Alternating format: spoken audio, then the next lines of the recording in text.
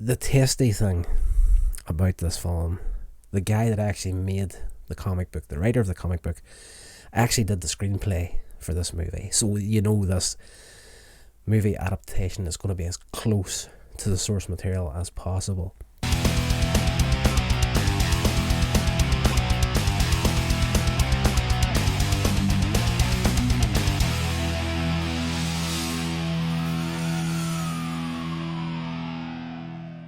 Hey legends, so The Old Guard on Netflix. I have been dying to watch this movie since it dropped a couple of days back. I only literally got around to watching it properly today, and I have to say, really did enjoy this movie. It is based on, and I didn't know this at the beginning, but it's actually based on a comic book. It's a superhero movie about a group of immortal mercenaries who are suddenly exposed and must now fight to keep their identity a secret, just as an unexpected new member is discovered. Now, the tasty thing about this film, the guy that actually made the comic book, the writer of the comic book, actually did the screenplay for this movie. So this movie adaptation is going to be as close to the source material as possible. There's a real feeling of melancholy with the immortals in this film. They've got to a point in their existence where they're just tired of living, basically, and yes, they are set up at the beginning of the movie by this character who's a guy that they have been in contact with a few times over the years that have set them up with jobs and whatnot. Basically, they go around fighting in different wars and doing good, and some of them are hundreds of years old. Theron's character, Charlize Theron, is absolutely fantastic in this movie, and I don't think I can say her name properly, but she is the oldest one out of all these immortals. And there's a bit of a Highlander vibe to this movie as well. Yes, I don't want to spoil it too badly for you in this review because it is actually a fantastic film. There's a new immortal discovered. This is all in the trailer. This is not really a spoiler. And Theron is connected to her. All the immortals, when they're not together, are connected through their dreams. So they kind of know where everybody's at and what they're doing. And they're able to track her down.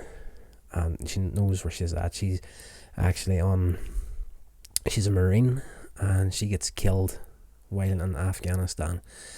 And of course, she's an immortal, so she quickly is resurrected once more, and the Marines are going to send her off for testing. But Charlize Theron, completely butchering her name, I know, I just can't pronounce her name whatsoever, but she comes, rescues her against her will pretty much, and brings her back into the fold of this small team of mercenaries. The movie itself is pretty much, it's modern day. It's, with CCTV and, like, people have been able to be tracked through their cell phones. It's very difficult for these people to blend under the shadows again. They're thousands of years old, and they've gone through all these wars, and it's always been easy for them to blend under the background. But in modern day technology and all that sort of stuff, it's getting harder and harder. This new girl that comes in is the key to this movie, basically, by the end of it. She doesn't really want anything to do with the group or anything, but it is what it is. At some point she's going to outlive everybody she knows, everybody she loves. Kiki Lane, she's absolutely brilliant in this film as well. And yes, I don't want to destroy this movie for you because you really do need to sit down and watch this here. It's so good. There's a pharmaceutical company that are trying to capture these immortals so they can do tests on them, so they can use the secret of their immortality to, create new drugs and whatnot. And a very noble goal, but the guy that's the head of this company is just an insane person. And obviously at some point they do get captured by this company, and that's when Kiki's character has to step up and save the OG immortals.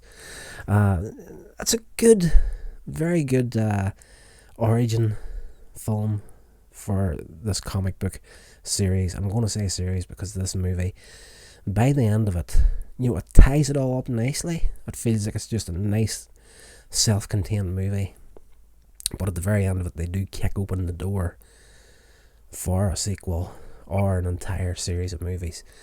This is a very, very enjoyable movie, and if you've got a couple of hours free, the runtime to this movie is just over 2 hours, and yes, it's worth every minute of it. I really did enjoy this one, and couldn't recommend it higher.